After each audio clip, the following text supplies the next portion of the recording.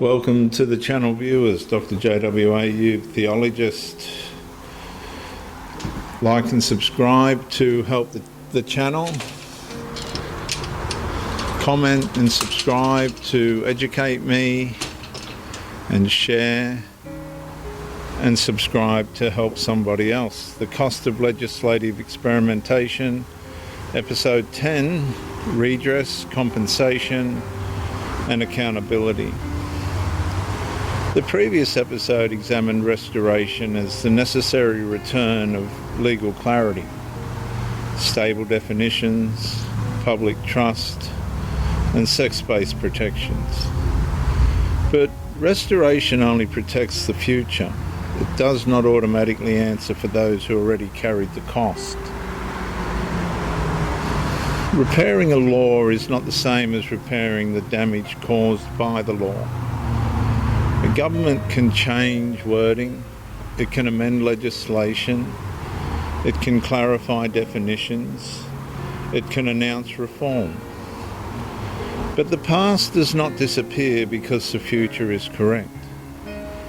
The legal bills remain, the reputational injuries remain, the existential injuries remain, the business losses remain, the sporting losses remain, the privacy violations remain, the years of pressure remain, the people who carried the burden remain, and that's why restoration alone is incomplete. Viewers and listeners, this episode argues that any serious legislative repair must include redress, compensation, and accountability for demonstrable harm. Not automatic payouts, not political revenge, not reckless compensation. A disciplined, evidence-based redress framework. Because when Parliament creates foreseeable rights, conflict and citizens absorb the consequences. Justice requires more than correction. It requires recognition, assessment, repair, and accountability. And the first principle is recognition, political recognition. Before compensation can be discussed, harm must be acknowledged. And I suppose that's the stage that they're at now.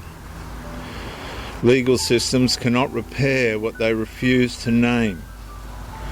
If women, businesses, organisations, advocates, athletes, service providers or citizens incurred costs because of legislative ambiguity, that burden must be examined honestly. Recognition does not mean every claim succeeds. Recognition means the door to justice is opened. And the point is, redress begins when the state stops pretending the cost was invisible.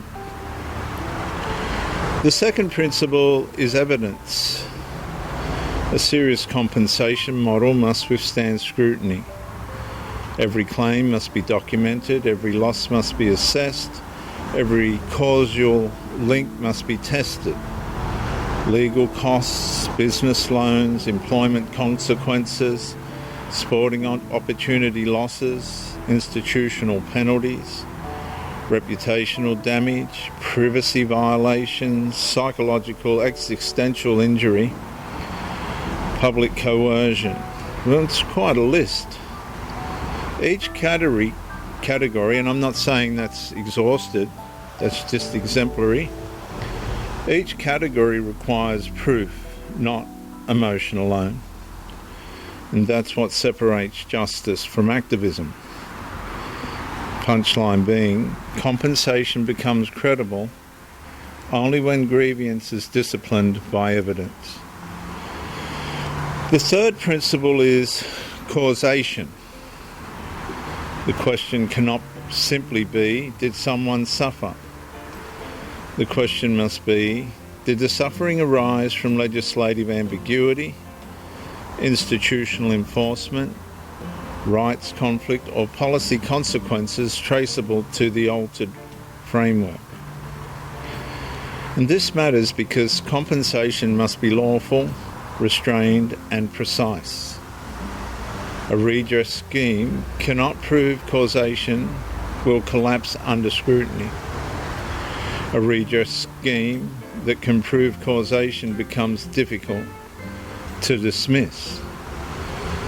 Point being there is accountability must follow the line from decision to damage. The fourth principle is proportionality.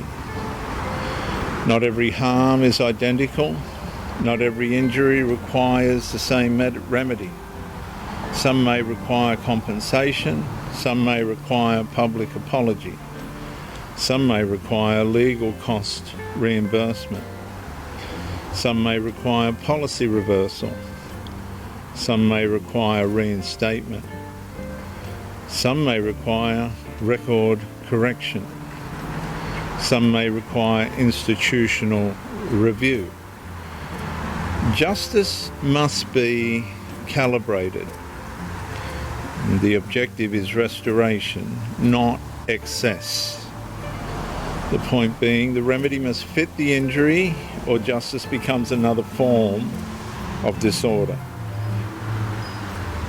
The fifth principle is democratic restraint.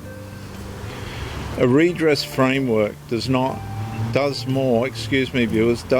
than help victims.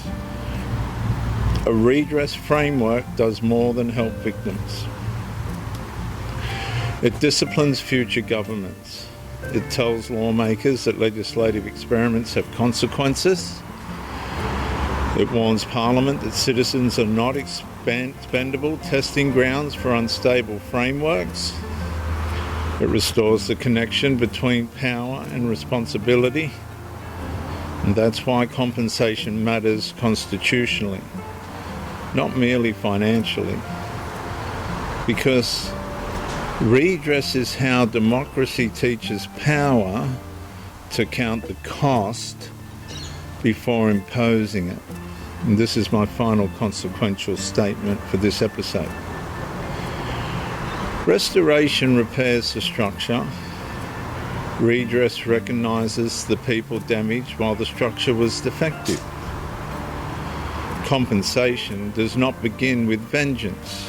It begins with responsibility.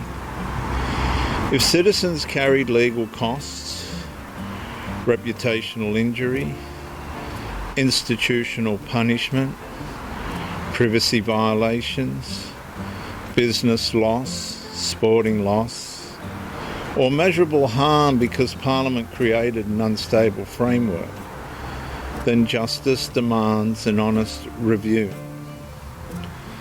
Some claims may fail, some may succeed, but refusing to examine them would deepen the injury. Because a government that changes the law creates foreseeable damage, repairs the future, and ignores the victims of the past has not completed justice. And I want to read that again. Because a government that changes the law creates foreseeable damage, repairs the future, and ignores the victims of the past has not completed justice. It has merely managed liability.